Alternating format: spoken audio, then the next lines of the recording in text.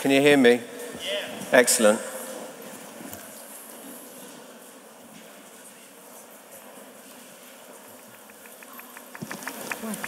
There should be tone. There should be sound. The Snowden Pitch. The following presentation is a work of fiction.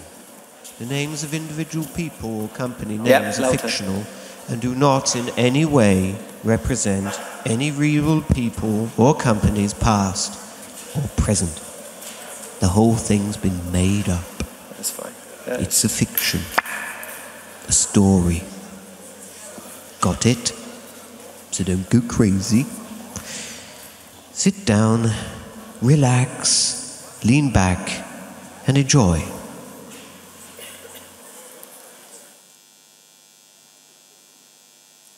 Okay, what was true about 2008? What actually happened in 2008? In 2008, the price of oil hits $100 a barrel. Fidel Castro announces that he's going to retire. 80,000 people die in an earthquake in China. Michael Phelps wins 8 gold medals at the Olympics. The Large Hadron Collider does something with a proton beam in CERN, and the world doesn't disappear in a black hole. Obama is elected as President of the United States of America, and the world spirals into financial crisis. What didn't happen in 2008 is what I'm about to show you now. What didn't happen in 2008 was that a man, somebody called Marcus John Henry Brown, representing an advertising agency called the Black Operative Collective, was asked to present some ideas. It was a pitch to 4 senior members of the NSA. They had a specific marketing problem, and that's what I'm about to present to you now. So thank you very much for inviting us here today. It's an absolute honor to present this to you. It's been a real challenge thinking about this for the last couple of months. Your brief was very, well, actually, it wasn't very detailed, but it was very, very challenging. Now, I know that some of you know our organization, but I thought it might be worthwhile to share a little bit of information with you. So, we are a global network. We have 27 offices worldwide. I can't tell you where those offices are because that's classified. We have core values. Our core values are dishonesty, because there's nothing more creative than deception. Scalability, a deception within a deception. And hugeness.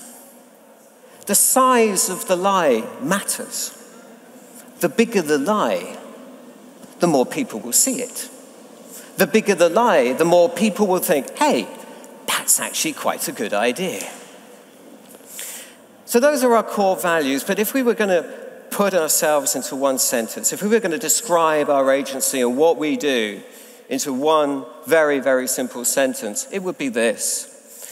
We want to control the hearts and minds of billions of people by putting dystopian thinking at the heart of communications.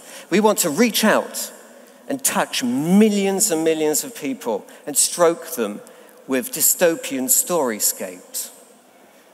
What we actually do is strike fear into people. We scare people shitless for a living. We're a new kind of old agency. We're a totally new kind of old agency, and we've been totally new since 1956. You have, without doubt, seen at least one of our campaigns at some time. They are, of course, classified, and I can't talk about them. The work we've been doing for the NSA in the last couple of years, I'll highlight a little later on, but needless to say, you have definitely seen at least one of our campaigns. We're decentralized. We are spread across these 27 offices, which are classified, and I can't tell you where they are. We are hierarchical. We do not believe in flat-level hierarchies.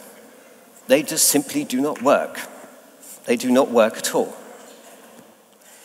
And what we do is clandestine marketing communications. We never say, we do work for this client.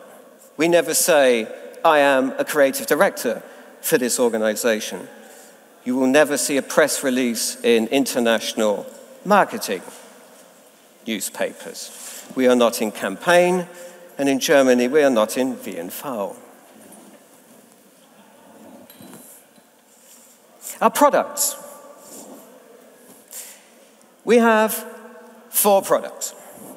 Dystopia Plus. Dystopia Plus is living in a 5-minute future. We do not believe in science fiction.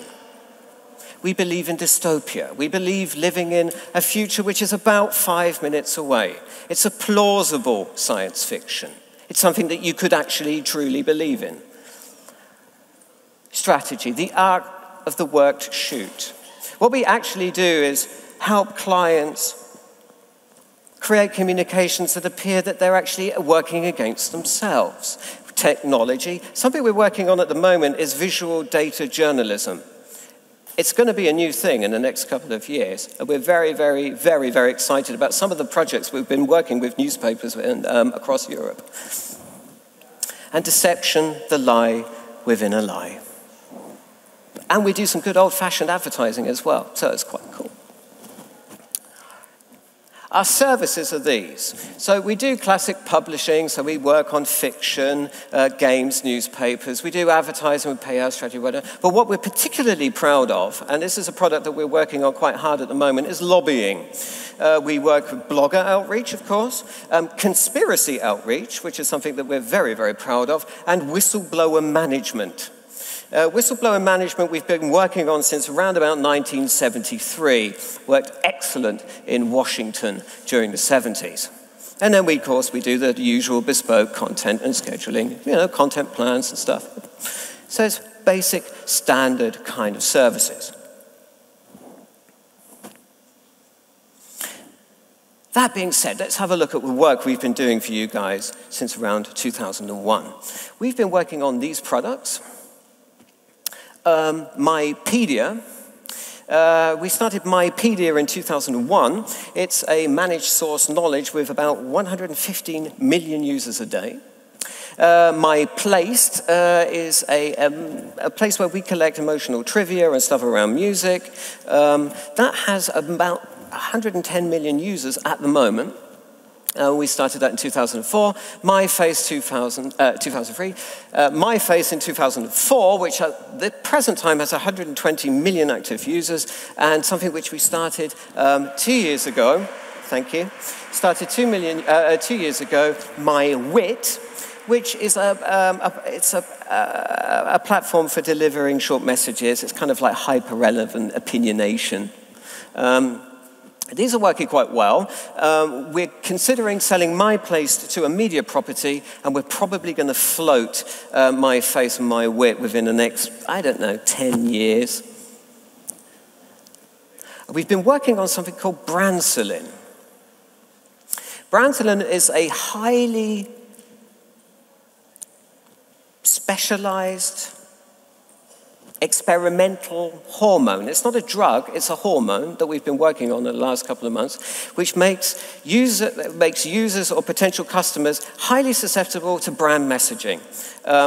Like I said, it's very, very experimental, and we've had did a focus group and talked to one of the users of Branson. Let's see what he has to say. Oh, Branson. Yeah. I was involved in the first wave of Branson tests.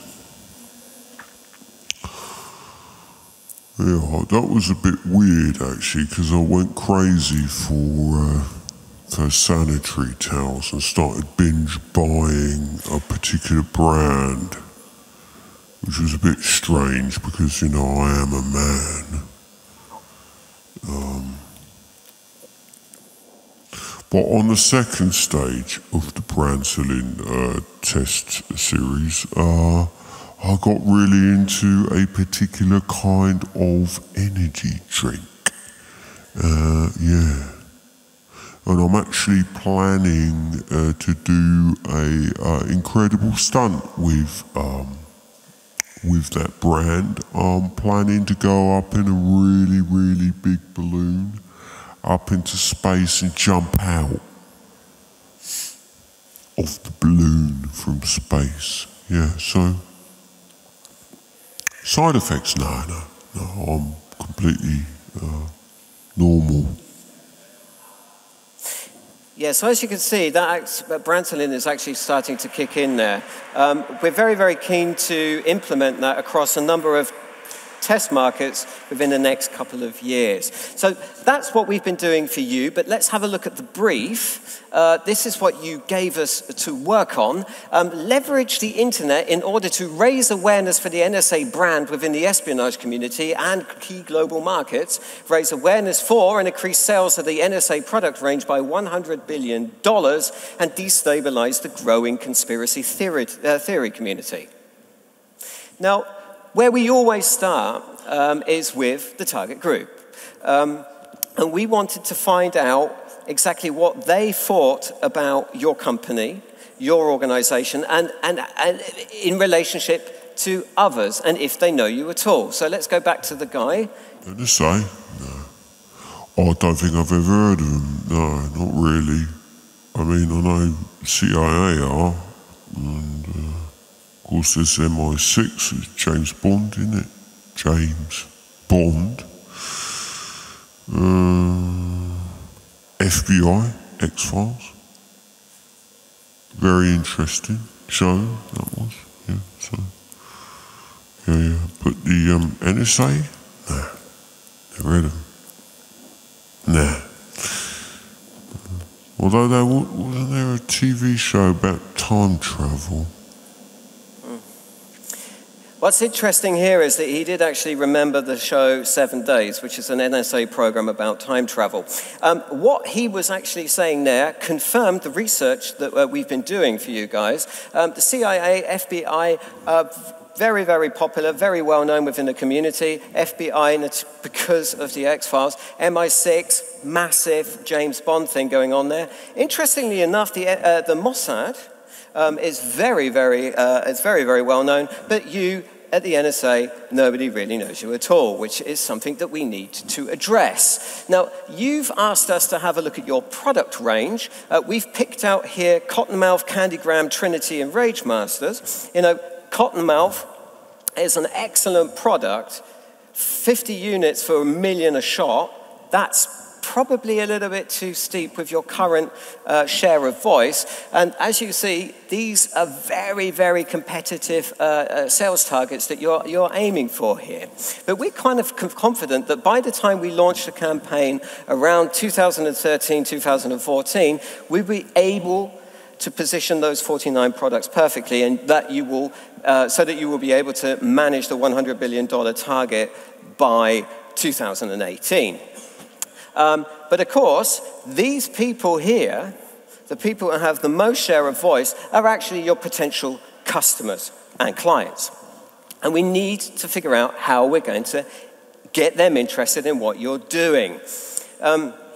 So these are the key performance indicators. This is what you're after here. $100 billion sales, 82% rise in awareness, a 90% drop in conspiracy noise, but it's still missing something. It's missing that certain something, and this is what we call magic. We need to find that magical thing for the NSA. So let's have a look at the strategy. We've been working quite heavily on the strategy piece. The strategy is deception through truth. As you may know, you've probably been working with the AIDA model over the last couple of years. It's a cognitive marketing model. We really don't feel that that's going to rock your world on this one. We feel that you need a new kind of model to really touch the hearts and minds of your global markets. So the model that we've been working on for you, this is something that we've built, is built around this insight. The insight, please deceive me. We've seen that most of your target audience really want to be deceived. So we've built the model around this, and the model is truth. It's a phase model. It's, again, highly experimental, but we really do believe that this dystopian marketing model is exactly where you need to be going. Trauma, resistance, unity, trust, and hate. Trauma. A campaign or story so shocking that the audience is traumatized to such an extent that they find it impossible to disregard it as anything other than the truth. It's the 5 minute in the future. Resistance. This is reverse brand love we're working with here. The campaign the campaign or story motivates massive user resistance to a perceived antagonist. You. Individuals become a herd, and the herd organizes itself into a unified voice of anger and opposition. Them. Unity. The herd congregates around a central theme, organization, or protagonist that is orchestrated by the campaign. The belief becomes church-like, the momentum exquisite. The audience united behind one single belief, the hero of the story. And trust. The core and supplementary audiences shift into a trust phase where they believe that their actions, their demands, and their thinking are being accepted, and that real change can be achieved. Yes, we can. Hate. In this, the call to action phase, the audience accepts that they have been deceived by the truth and that we leverage their anger into a conversion, the customer journey. So that's the model that we've been working on for you. And we believe that anger is an energy, legislation is lethargy. And we believe that if we implement this in the proper way, we can really start touching those target groups that we believe you should be thinking about. You've asked us again to think about the conspiracy community. They're also your target group, in our opinion. And we've split them into 3 very clear target groups within that group. The peak oilers, these are people that believe that oil is going to run out tomorrow and we need to buy seeds. Sapruders, these are people who spend most of their time trying to work out who shot John F. Kennedy. And the tinfoilers are the people who wear tinfoil on their head because they think that you are listening to them. So these are the people that you really, really need to be talking to. And you really, really need to leverage Germany. Because if you leverage Germany, the rest will follow. So what we have here is deception colliding with truth.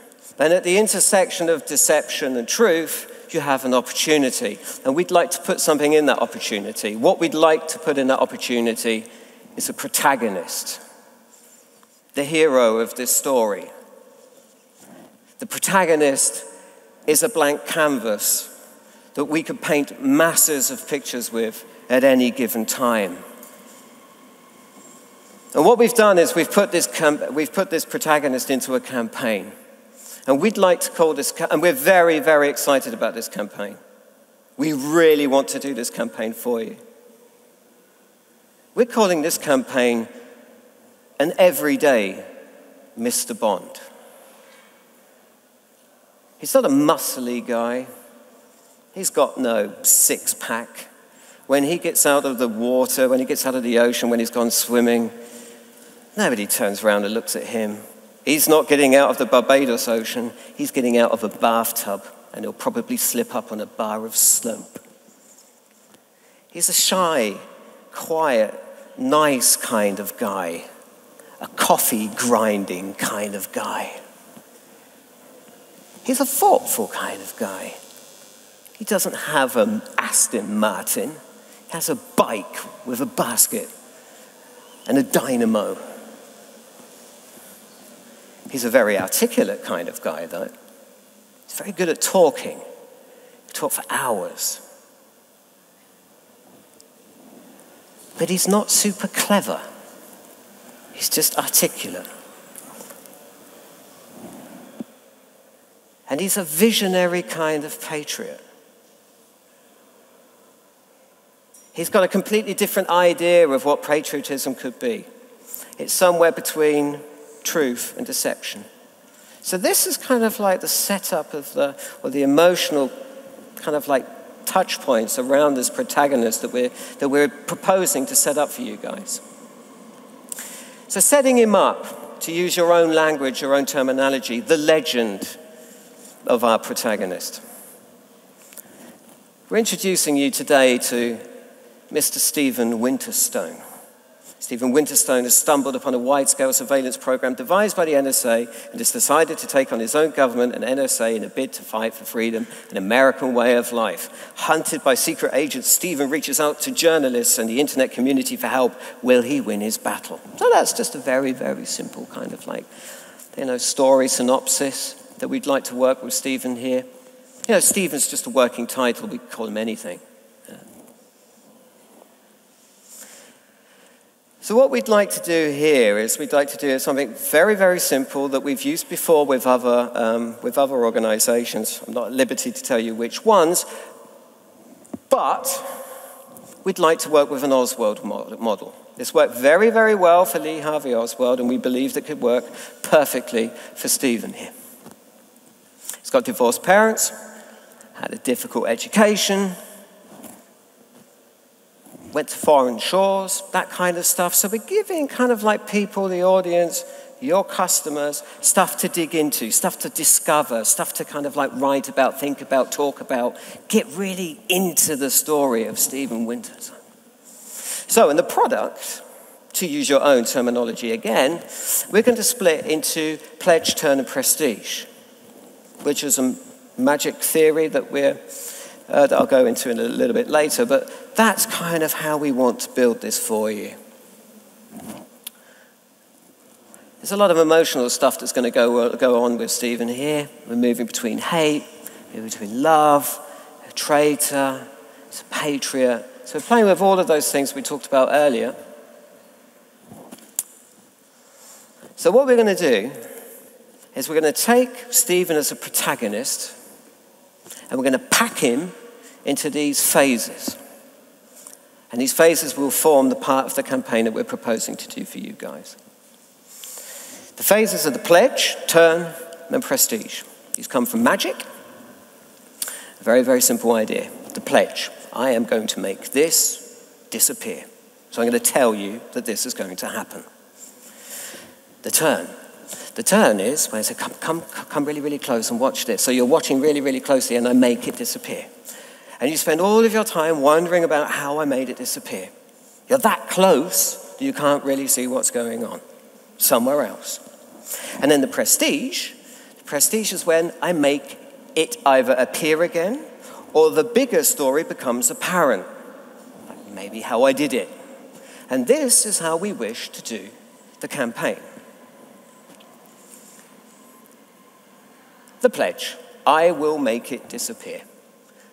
Setting up the story. So we're going to say this is a very, very quiet phase. Not a lot of people are going to get to see this happen.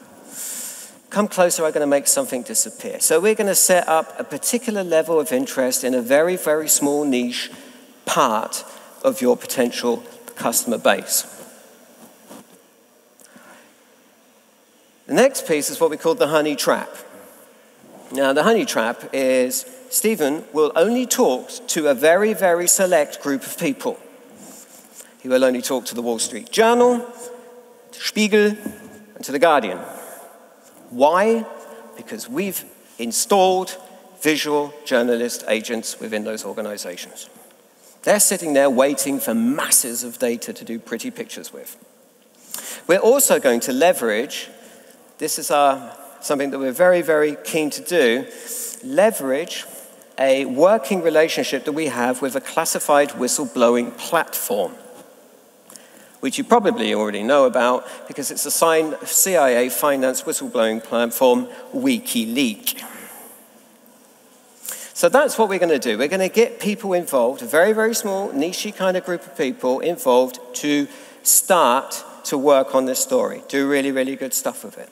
So the turn, my God, he really did this stuff. It's the limited hangout operation.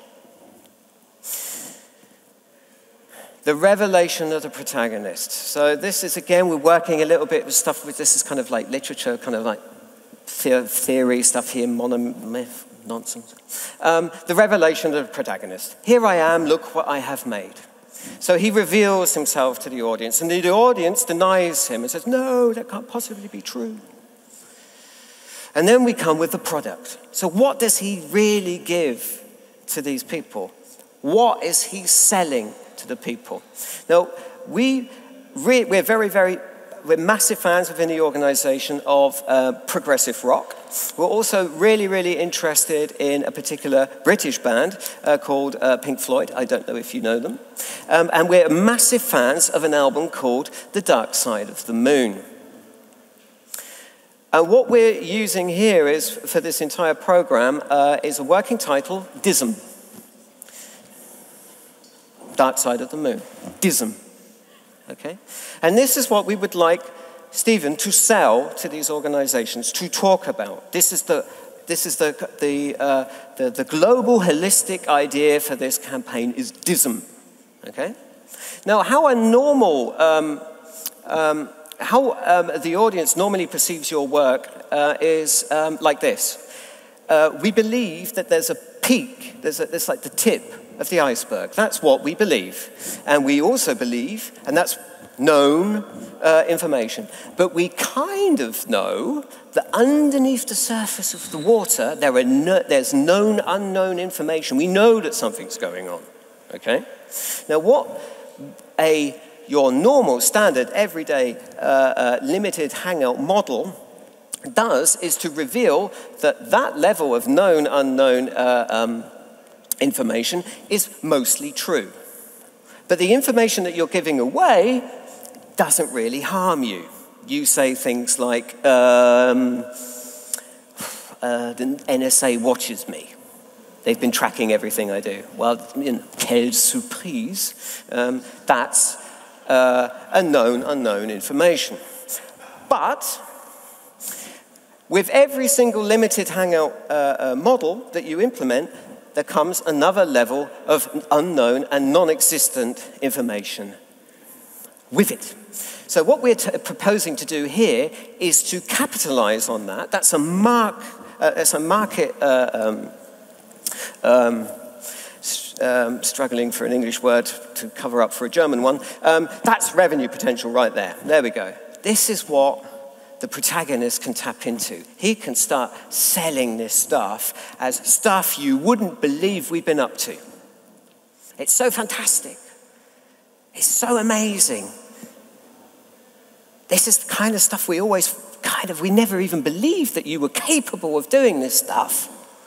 So we'd like to kind of pack the turn into these phases. The introduction of DISM as an idea, the idea that we watch governments, not really that surprising. The idea that we are watching you, that might upset the people, that might upset the individual, but that doesn't really upset their governments. We watch heads of state. Now people are starting to get a little bit interested in this story. And then in phase 5, we start introducing the products that we have that can do this stuff. So we start positioning your catalog, your back catalog of excellent products. And I'd really like to point this out right now. If you're not doing any of this stuff, you really should start doing it. So what we do in this, what we've done here is we've opened up the entire story. We've opened up your entire product palette, you as a brand, to a much larger audience.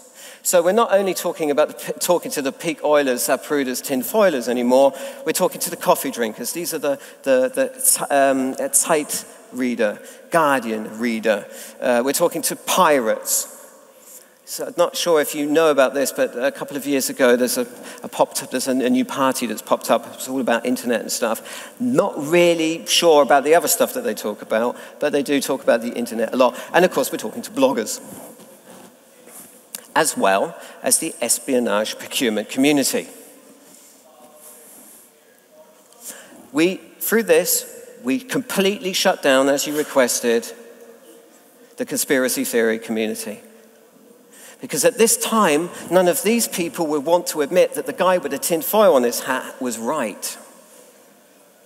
So they're gone. And you've positioned all of those products, Cottonmouth, Trinity, Bulldozer, Candyman, I've really got to give it to the guy who comes up with names for your products because they are absolutely epic, to the espionage community, to the guy who buys the stuff. So the CIA knows that you're doing this stuff, and they have a product, and it has a price, and they can call you up and say, "Can I have 50 units of Cottonmouth?" And you can say, "Yes, that's $1 million, please." And they say, "Okay, thank you very much, I'll buy that." The flight of the pigeon. Now we've really got to get him out now. So he's kind of under pressure. We can move him around a bit, maybe kind of like Asia and stuff, put him in a safe country like, I don't know, Cuba.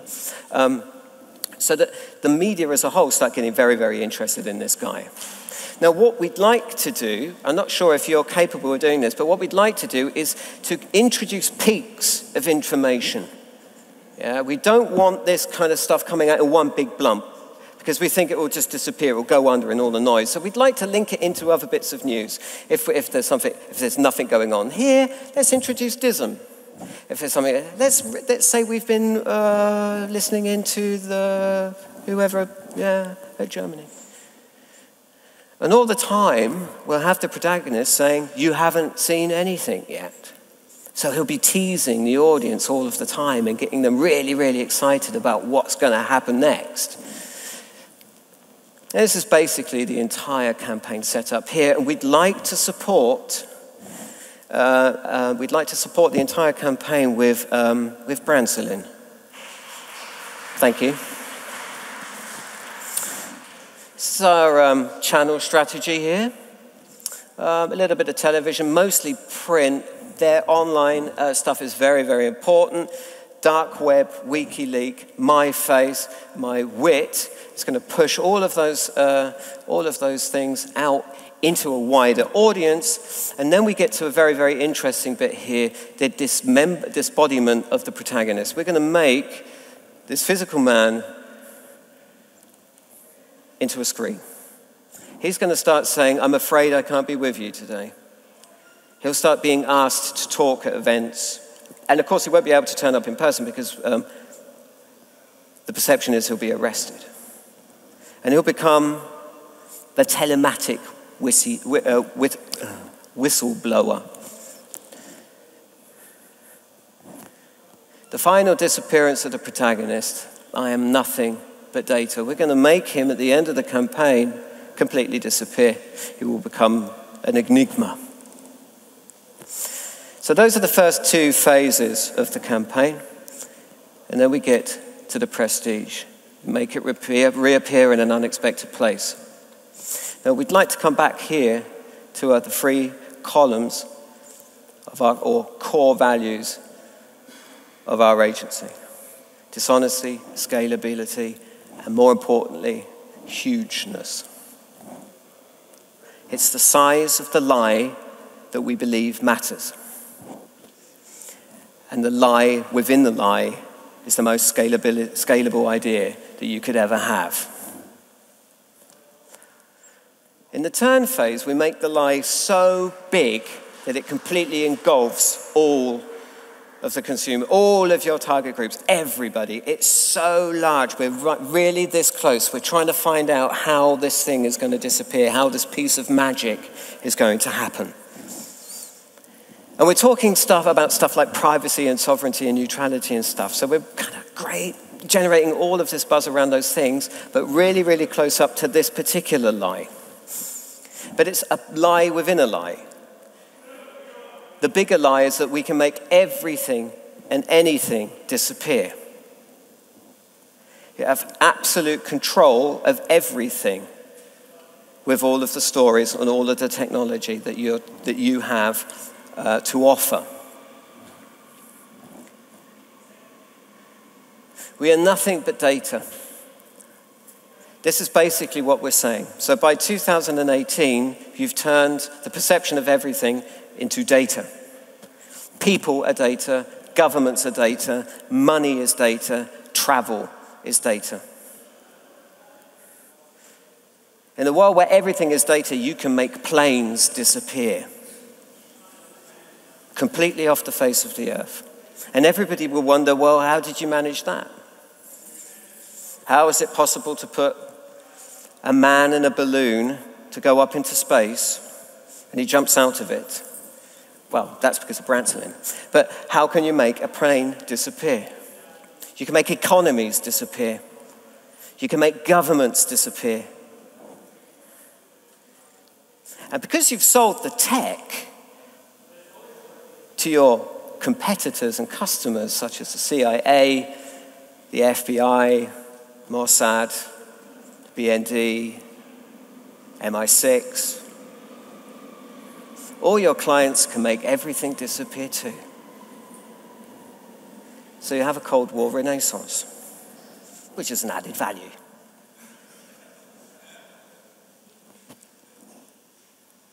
So, a rollout plan. How do we want to make this happen? Well, we're going to build it on the truth model, which is kind of in flux. These are very, very rough timings that we're working on here. So we'd start with the pledge around 2013. We'd go to the turn in around about 2014, and we'd think that we'd like to go to around about the start of 2016 with that to trust. And then around the end of 2016, moving onwards, we really want to go to the hate phase. We would dearly love to start making things disappear around about the middle of 2016, if that's okay with you. Like I said, we're very, very keen to do this for you. We've put a hell of a lot of work into this. We really, really want to start writing these stories. We've started, and we'd be absolutely delighted to do this for you guys. The time has come to spiral down the magical rabbit hole and discover a brave new world, a digital world, a world of connections where millions of people can communicate and share ideas and send emails and like things and share things and buy things and talk to each other and go places and all down your cables, your mainframes and your code to discover who is a friend and who is a foe and make business in markets around the world so that you know exactly what's going on. And it's awesome, and you make money, and you control people. Oh, come with us now, share the vision, and make peace for us all. Thank you very much.